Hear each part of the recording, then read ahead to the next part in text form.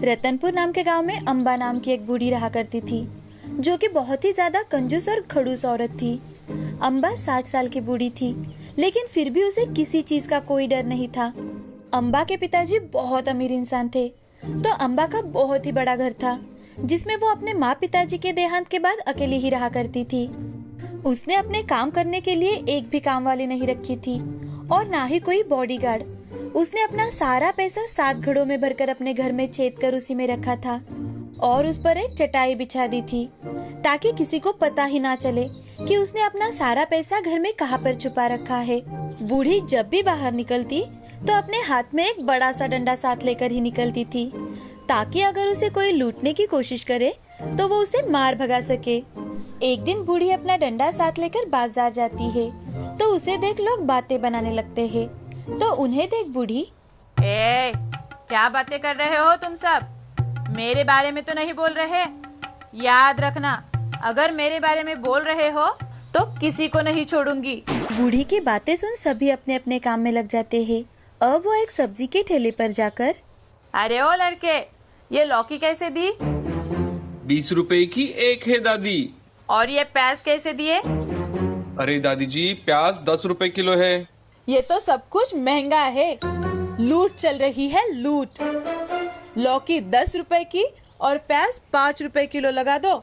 इसके ऊपर 1 रुपया भी नहीं दूंगी, समझे? अरे दादी जी, इतने में तो नहीं आएगा।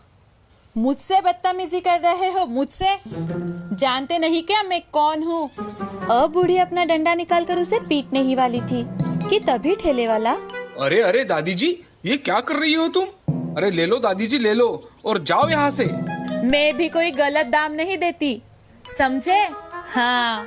अब बूढ़ी वहाँ से निकलकर घर जाने ही लगती है कि तभी रास्ते में एक अंधा भिखारी उसके सामने आकर, इस गरीब अंधे की कोई मदद कर दो भाई, अंधे की कोई मदद कर दो भाई, कुछ खाने को दे दो भाई। ए अंधे, हट मेरी नजरों से दूर। धट्टे कट्टे होकर भीख मांगता है। मुझे ऐसे लोग बिल्कुल भी पसंद नहीं है।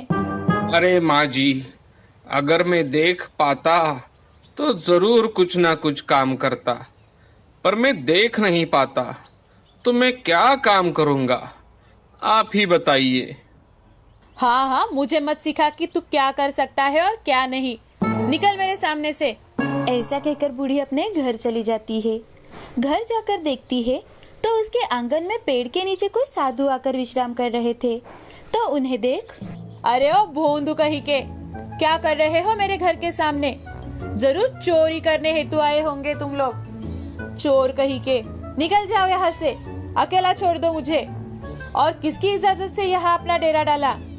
चलो निकल जाओ यहाँ से। अब बूढ़ी की बातें सुन साधु अपने शिष्यों के साथ वहाँ से निकल पड़ता है। थोड़ी दूरी पर जाते ही गांव का एक आदमी, महाराज, आप इस गांव में नए नजर आ रहे हो। हमारे गांव में साधुओं के रहने के लिए मंदिर के पास व्यवस्था की गई है। अगर आप चाहो तो वहां रुक सकते हो। और हाँ, वो बूढ़ी हमेशा से ऐसे ही लोगों से बात करती है। उसके पास सोने के भरे 7 घड़े हैं, लेकिन इतनी कंजूस और खड़ूस है कि पूछे ही मत। और बातें तो हमेशा दूसरों को दर्द देने वाली ही करती है, तो आप उसकी बातों पर ध्यान मत दीजिए। उस आदमी की बातें सुन साधु कुछ सोच मन ही मन, ठीक है बेटा, हमें मंदिर का रास्ता बता दो। अब हम कुछ दिन इसी गांव में रहेंगे। अब साधु अपने शिष्यों के साथ गांव के मंदिर के पास वाले विश्राम गृह में चले जाते हैं और अपने शिष्यों को बूढ़ी के बारे में जांच पड़ताल करने गांव में भेज देते हैं। शाम के समय एक शिष्य, महाराज, सुबह उस आदमी ने जो हमें बताया था, सभी गांव वालों का भी वही कहना है। अब रात के समय एक औरत बड़े बड़े घुंघरू पहने, मोती और हीरों से जड़े हार पहने, काला दुपट्टा अपने चेहरे पर ओढ़े और सिर पर सोने के 7 भरे मटके लेकर बूढ़ी के आंगन में नृत्य करने लगी। तो घुंघरुओं की आवाज सुन बूढ़ी डंडा हाथ में लेकर दरवाजा खोलते खोलते, इतनी रात गए, कौन नाच रहा है मेरे घर के सामने? अभी देखती हूँ। जैसे ही बूढ़ी दरवाजा खोलती है तो वो नजारा देख डर जाती है और झट से अपने घर का दरवाजा फिर से बंद कर देती है और खिड़की के पास आकर फिर से देखने लगती है। तो कुछ दिन नृत्य कर वो औरत एक मटका नीचे गिराती है और उस मटके को फोड़ देती है। बूढ़ी रात भर सो नहीं पाती अब वो सुबह होते ही बाहर निकल कर देखती है तो रात को जिस घड़े में उसे सोना दिखाई दे रहा था वहाँ उसे कोयला और राख नजर आ रही थी। अब दूसरे दिन उसके साथ फिर से यही होता है। आज बूढ़ी जोर जोर से चिल्लाती है ताकि कोई उसकी मदद करने आए, लेकिन बूढ़ी के स्वभाव के कारण कोई उसकी मदद करने नहीं आता। आज उस औरत के सिर पर 6 मटके थे। वो थोड़ी देर नृत्य कर एक मटका फोड़ वहाँ से चली जाती है। बूढ़ी को कुछ भी समझ में नहीं आ रहा था। वो बहुत ज्यादा डरी हुई थी। वो दूसरे दिन सुबह सबके पास जा जाकर मदद मांग रही थी, लेकिन हर कोई उससे दूर भाग रहा था कि तभी उसे वो साधु दिखाई देते हैं। तो वो साधु के पास जाकर सारी बात उन्हें बताती है और साधु से, महाराज, मैंने आपको बहुत भला बुरा कहा, लेकिन पिछले 2 दिनों से मेरे घर पर कुछ ऐसी चीजें हो रही है कि मुझे कुछ भी समझ में नहीं आ रहा कि मैं क्या करूं। आप चिंता मत करिए माँ जी, मैं अपनी सिद्धियों से जानने की कोशिश करता हूँ। अब साधु अपनी आंखें बंद कर देता है और कुछ सोच बूढ़ी से, माँ जी, आपके घर में सोने से भरे हुए 7 घड़े हैं ना? अरे, ये बात आपको कैसे पता चली? अब उस नृत्य करने वाली के पास 5 घड़े बाकी है।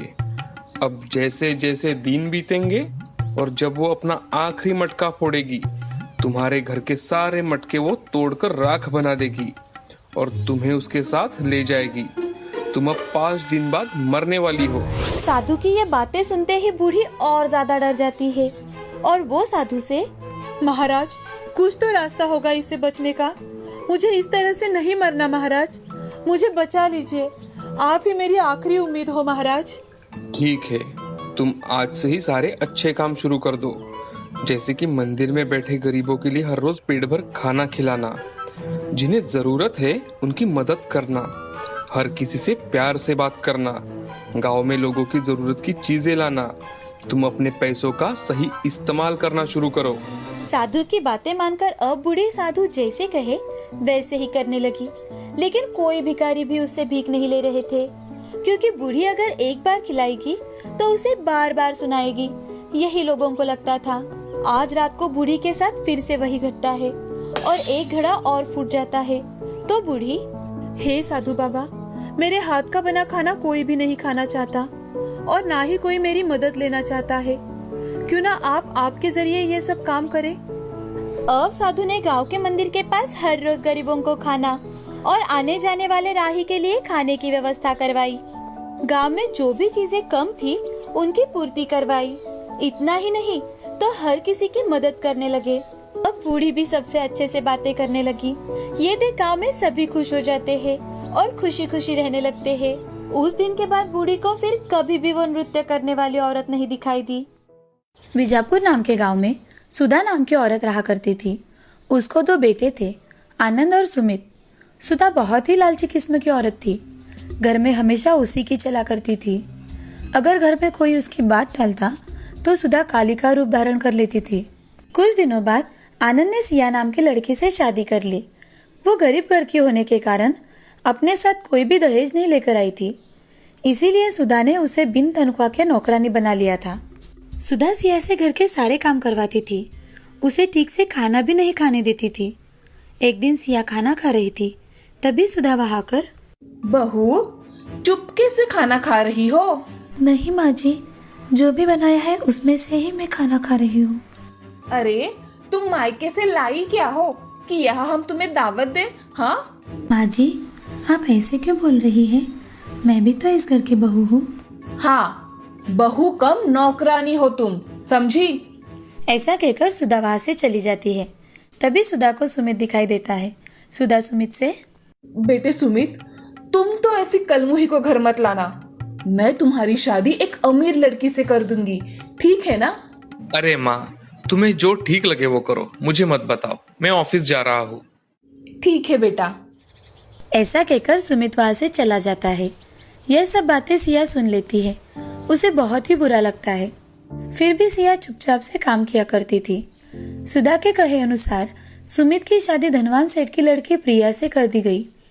दोनों की शादी बड़े धूमधाम से हुई। उस शादी में कपड़े, गहने, घर की वस्तुएं तथा सोने भी दहेज में मिला था। प्रिया घर में आकर एक कुर्सी पर बैठ जाती है और अपनी सासू माँ से, हमारे घर में नौकर नहीं है क्या? मुझे तो कोई नौकर दिखाई नहीं दे रहा। बहू, इस घर में हम दोनों ही काम करती है, नौकर मैंने ही नहीं रखा। मुझे मेरे काम करने के लिए 2 नौकर चाहिए सासू माँ। तुम्हें नौकर क्यों चाहिए बहू? तुम्हें जो चाहिए वो हमसे मांग लेना, हम तुम्हें ला कर देंगे। फालतू नौकरों पे पैसे क्यों खर्च करना? मुझे सुबह उठते ही बेटी लगती है। सब कुछ मुझे मेरे कमरे में चाहिए, और मुझे कुछ भी चाहिए तो मैं मंगवा लूंगी, नहीं तो आवाज दे दूंगी। मैंने कौन सी भी चीज मांगी और वो 10 मिनट के पहले मेरे पास नहीं आई तो मुझे बहुत गुस्सा आ जाता है। तुम्हें जो भी चाहिए वो मांग लिया करो बहू, हम दोनों तुम्हें सब कुछ ला कर देंगे। ठीक है माँ जी, अब मैं बहुत थक गई हूँ, मैं थोड़ा आराम करना चाहती हूँ। हाँ बहू, तुम जाओ आराम करो। ऐसा कहकर प्रिया अपने कमरे में चली जाती है और ये सब सुन सुधा का मुंह खुला का खुला रह जाता है। तुरंत ही अपने आप को संभालकर सुधा सिया से, देखा, इसे कहते हैं रईसी, और तुम हो कलमुही जो हमेशा मुंह उठाकर चली आती हो। प्रिया ने जो भी बताया है सब याद रखना, और उसने जो भी मांगा वो देना। अगर उसमें कोई गड़बड़ हुई तो देख लेना। जी माँ जी। ऐसा कहकर सिया वहाँ से चली जाती है और अपने काम करके सोने चली जाती है। अगले दिन सुबह होते ही प्रिया आवाज देती है, अरे सासू माँ, कॉफी लाओ जल्दी। प्रिया की आवाज सुनकर सिया जल्दी से कॉफी बनाकर उसके कमरे में लेकर जाती है। प्रिया की सेवा करने में ही सिया का पूरा दिन निकल गया और घर का काम जैसे के तैसे ही रह गया। अब सारा काम पड़ा देख सुधा मन में, आज इस सिया की बच्ची को तो मैं कुछ काम भी नहीं बोल सकती। वो आज पूरा दिन छोटी बहू के काम कर रही है। चलो मैं ही घर के काम कर लेती हूँ। सुधा ने उस दिन सारे काम खुद ही कर लिए। झाड़ू, पोछा, बर्तन, सभी काम उसने अकेले ही कर लिए। काम करने की आदत न रहने के कारण उसके हाथों और पैरों में दर्द होने लगा था। सुधा थकने की वजह से सोफे पर बैठकर आंखें बंद करने लगी। तभी छोटी बहू प्रिया अपने हाथों में पैसों से भरा हुआ बैग लेकर आती है और वहां आकर सुधा से, माँ जी, मैं क्लब में किटी पार्टी के लिए जा रही हूँ और मुझे लौटने में थोड़ी देर हो जाएगी, बाय। ऐसा कहकर प्रिया क्लब में चली गई। यह सिलसिला हर रोज का होने लगा। सिया दिन भर प्रिया की सेवा करते करते थक जाती थी और सुधा वो घर के काम करते करते थक जाया करती थी, और प्रिया वो अपने सहेलियों के साथ हर रोज किटी पार्टी करने चली जाया करती थी। घर के काम करके अब सुधा बहुत थक गई थी, और तो और उसमें प्रिया हर रोज पैसे किटी पार्टी में खर्च किया करती थी। ये देख सुधा अपने बेटे सुमित से, सुमित, जरा इधर तो आना। हाँ माँ, तुमने मुझे बुलाया? हाँ बेटे, आओ यहाँ बैठो। क्या बात है माँ? अरे बेटा, प्रिया हर रोज किटी पार्टी में जाकर पैसे खर्च करती है। मैं और सिया काम करके थक जाते हैं। तुम ही प्रिया को कुछ समझाओ ना। माँ, तुम्ही ने तो उसे सर पे चढ़ा के रखा था कि धनवान की लड़की है, उसने जो कुछ मांगा वो तुमने उसे दिया, और तो और बेचारी भाभी को भी उसकी सेवा में लगा दिया। अगर मैंने उसे अभी कुछ कहा तो वो बोलेगी मैंने ढेर सारा दहेज देकर तुम्हें खरीदा है। मैं उसे कुछ नहीं कह सकता माँ, आप औरतें आपस में संभाल लो। ऐसा कहकर सुमित वहां से चला जाता है। यह सुन सुधा चुप हो जाती है। कुछ दिनों के बाद सुधा का फोन कंटिन्यू बजने लगा। तभी सुधा ने फोन उठाकर, हेलो, क्या आप घर में काम करती है? सुधा ने गुस्से से अपना फोन कट किया। तभी उसका फोन फिर से बजा। सुधा ने फोन उठाया, हेलो, आपको फिश करी बनानी आती है क्या? आप कौन हो? और मैं काम वाली नहीं हूँ, समझी? मुझे फेसबुक पर आपका नंबर दिखा, इसीलिए मैंने कॉल किया। तुम्हें किसने दिया मेरा नंबर? हाँ, प्रिया मैडम ने हमें ये नंबर दिया है। तुम फोन रखो, मैं किसी के यहाँ काम नहीं करती। तभी गुस्से में सुधा प्रिया से, प्रिया, प्रिया, कहाँ हो? क्या हुआ माँ जी, आपने आवाज दी? बहू, मेरे मोबाइल पर सुबह से अननोन नंबर से फोन आ रहे हैं। और काम करती हो क्या? फिश बनाती हो क्या? ऐसे कुछ वो औरतें बोल रही थी।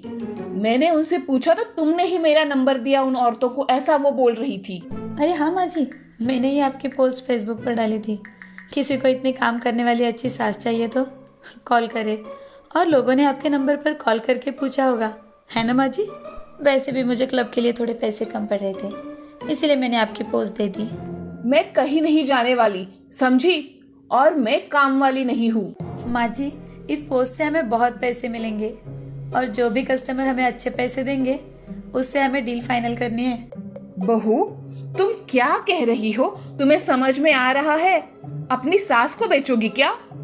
अरे माँ जी, मैं हस्बैंड फॉर सेल भी लगाने वाली हूँ। जो भी अच्छी डील होगी उसका हमें ही तो फायदा मिलेगा, और आप जैसी दयालु सास किसी को कहाँ मिलेगी। मैं कहीं नहीं जा रही, और तुम तुम्हारा देखो और मैं मेरा देखती हूँ, समझी? ऐसा कहकर सुधा रसोई घर में चली जाती है। उसे उसकी गलती का एहसास हो गया था। किचन में सिया वहाँ खाना पका रही थी। ये देख सुधा सिया से, सिया बहू, मुझसे बहुत बड़ी गलती हो गई। मैंने तुम्हें पहचाना नहीं। हमेशा तुम्हें मैं तुम्हारी गरीबी की वजह से ताने मारते रही, और प्रिया बहू धनवान है, इसीलिए उसे हमेशा सर पे चढ़ा के रखा। वो कहती है कि वो अपने पति को और मुझे भी बेचेगी।